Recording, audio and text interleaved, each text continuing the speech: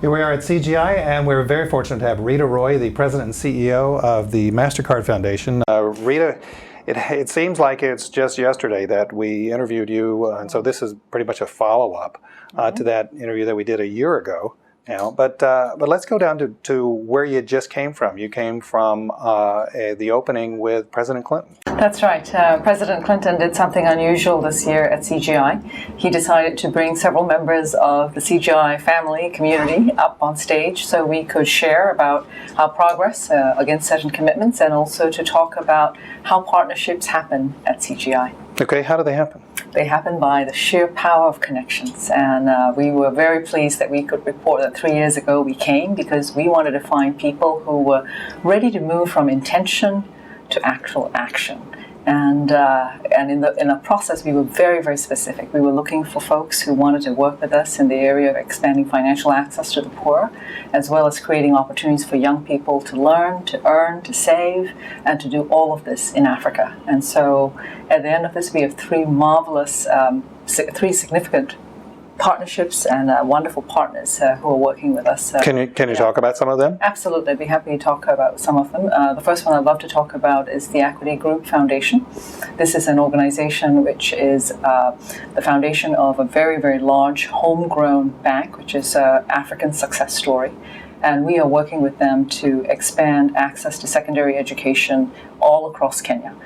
It is a program which will provide opportunities for young people to go to school, for about 5,600 of them. We have 700 of them already enrolled in school, and by January we'll have 1,700 students enrolled in school. And this is a program which really seeks out gifted young people who are just not able to access school for the sheer fact that they are impoverished, that they are socially marginalized, that they are economically vulnerable. You know, I'm hearing the word program. I'm not hearing the word contribution. So it seems to me that it's a bigger thing than just giving dollars. Absolutely. This is a program which is all about identifying young people, providing them with mentoring, investing in their leadership skills and life skills. It's much more than just going to school and covering tuition and getting your books paid and your scholarships. It's really about learning. It's about developing self-esteem. It's about setting a vision for themselves that they can not only finish secondary school, they can go on to university if that's the desire. They can pursue their dreams if it's to become a doctor, a nurse, a lawyer, a teacher.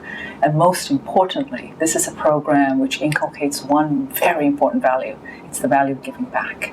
And all of these young people, to the last one that we have talked to, want to give back. They want to give back first and foremost to their families, they want to give back to their communities, and they want to give back to Kenya.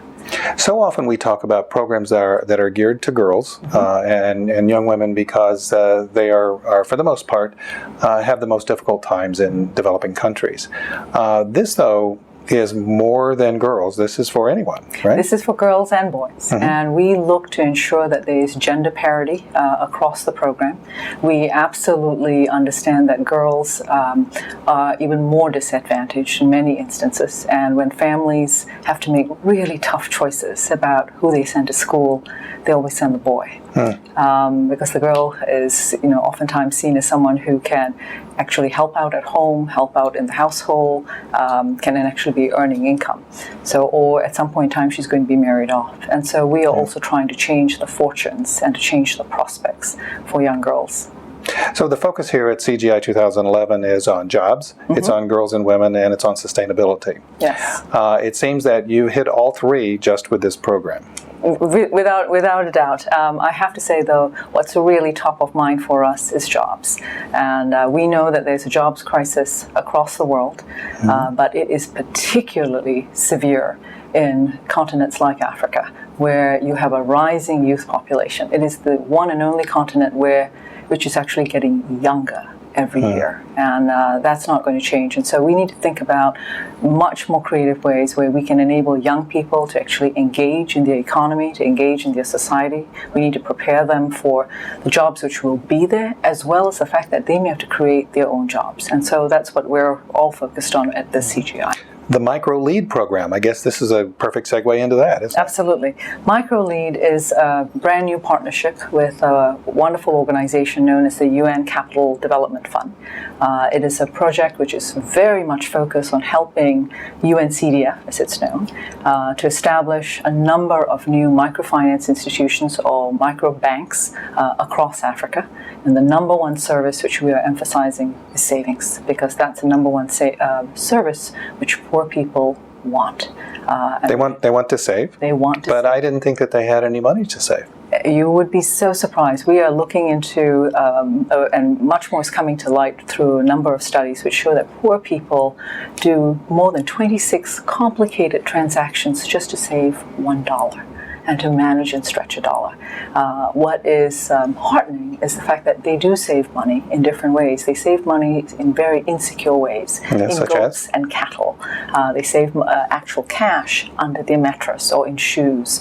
These are all insecure places, as we know. In an emergency, you might have your cow, and what you really need is to, you can't sell a cow, which is your one asset, which is actually producing milk for the family.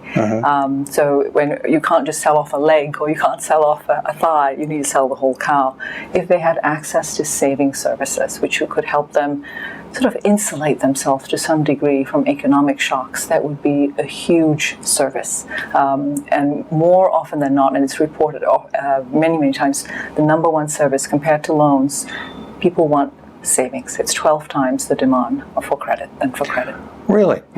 So, I'm hearing actually very practical words, savings, and it could be underneath your mattress, or it could be in a cow or a goat. I'm not hearing words like financial, for example. I mean, when I think financial here in the United States, I think Wall Street, I think going to my bank. You're talking a very practical standpoint. Is this something new for this part of the world? It is not something new for this part of the world, but it is something which needs to grow. If you look in parts of West Africa, in fact parts of East Africa, there has been a long savings culture, except savings are being kept in very informal channels under the mattress, etc. What we want to be able to encourage and create is opportunities for people to save in much more secure places, and that is going to be in regulated institutions. And it's institutions, whether they're banks, microfinance institutions, cooperatives, which are going to be much closer to where people actually live. And in some cases, that may mean working through new delivery channels like mobile phones, through technology, but most importantly is creating opportunities where people can save small amounts of money at very little cost and nearby. Perfect segue then into the innovation series that you're working with. Yes, thank you. We are so thrilled. We are working with the African Leadership Academy, which is an amazing school started up by two entrepreneurs. It is a school which focuses on secondary education, particularly the latter 2 years of secondary education. It recruits from students all across Africa, finds the brightest and the most gifted student. And in many, most, I would say about 85% of the student body is on scholarship. These are incredibly impressive young people. We've been working with the Academy in exploring how could we inspire the rest of the continent, inspire other young people, and put the message out there that they need to dream, they can continue to innovate, and that type of spirit should be rewarded. So we came up with a program. It's called the Anzisha Prize. Anzisha is a Swahili word which literally means to launch oneself, to launch your idea, to launch your dream. And we put out a call for a competition. We got about 186 applications. This is the first time we've ever done it in 22 countries. We screened it down to 8 finalists who we brought to South Africa a couple weeks ago, and we selected 3 of them. But I have to say, all of them were winners. All of them were winners because they had demonstrated innovation, and oftentimes in the face of great challenges and obstacles, but with their own ingenuity, they overcame. So could I tell you about a couple of them? I want you to. How old are they first? First of all, this prize is for young people under the age of 22. We had the youngest contestant was 16, And I think the oldest contestant was 22 years old. So one of the... Okay, you got to tell us about all of them. I'll tell you as many as I can. The woman who captured my heart is 19 years old. Her name is Antoinette Furaha. She is actually a Congolese refugee who is living in Uganda in a refugee camp. She's been living there for the last 5 years. She got there when she was 14 years old. And her story is dramatic because she and her family, mostly she and her mother and a couple siblings, fled the war. Her father was killed. It was an extraordinarily traumatic time. They entered the refugee camp and they were literally destitute. And Antoinette, her mother was in such despair. And Antoinette decided that 1 week, in order to ensure that the family could eat, she would work as a domestic helper for that 1 week. She didn't go to school.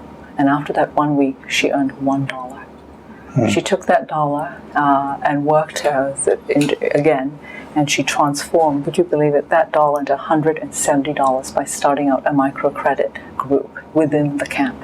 Today, Antoinette's program serves 5,000 people in this camp. And you just imagine what a young woman who has gone through an unbelievable experience, yet at the same time has retained in her heart that positive energy and that focus that I'm going to do something with my life, but also I'm going to do something for my community. She's been able through this microfinance program to actually help the women in her community purchase a couple grinders, which they grind their maize, which they sell. Some of the proceeds from their enterprise actually funds the education of 60 young orphans at the camp. So it is a story which is not only demonstrates innovation and courage, but it also demonstrates the power of community and the power of one young person who could actually, ignite a community. Wow, that is absolutely incredible. And there were other incredible young people too. They certainly were. Our first prize winner was a young man. He's 19 years old as well. His name is Joel Mwale. He had grown up poor in a very rural part of Kenya. And he told us his story. He said that water and access to clean water has been such a problem. And 1 year, his entire village was just stricken with dysentery. And while he was in the hospital, he was lying there thinking, what can I do? And so this is a young man, again, in a very, very modest, humble circumstances, who took it upon himself to do some research and to educate himself. He discovered that nearby, within his village, particularly around a particular tree, that he could access clean water. He raised the money through some very interesting negotiations with probably the wealthiest person, and again, wealthy is a very relative term, the wealthiest person in his village. I got to stop you right there because you said interesting negotiations. That just is really loaded. Okay, I have what to does tell that mean? His father Joel's father had left them some land, but they had no money to actually use that land. And so he did a trade. He basically told this man, you can use our land, but in exchange for this land, I need an advance. I need $5,000 so I can invest not only in digging this borehole, but also getting a machine to purify the water, and I will pay it back to you. But it took it was a 2-month negotiation, so they did a trade. And today, Joel has a bottling business. He sells 30,000 bottles of clean water a month. Wow. It's mind-blowing. Yeah. It's absolutely mind-blowing. He is also now a student at the African Leadership Academy. And more than anything else, when we talked to him about, why did you do this? And aside from that story about dysentery, why did you do this? And if Coca-Cola came to you tomorrow and said they would like to buy this business for $100,000, would you sell it? And he just smiled and he said, I would not. I'm doing this because I want to ensure that people have access to clean water. And this is a business, but it's also much more than that. It's about social change and about creating good in my community. Wow. I don't know how there's any way to top any of that. So what I'm going to do is we're going to be sure to direct people to the MasterCard Foundation website, because there's more stories there. And Reeta, I think what we should do is just catch up with you next year. Thank you. Thank you so much for giving me the opportunity.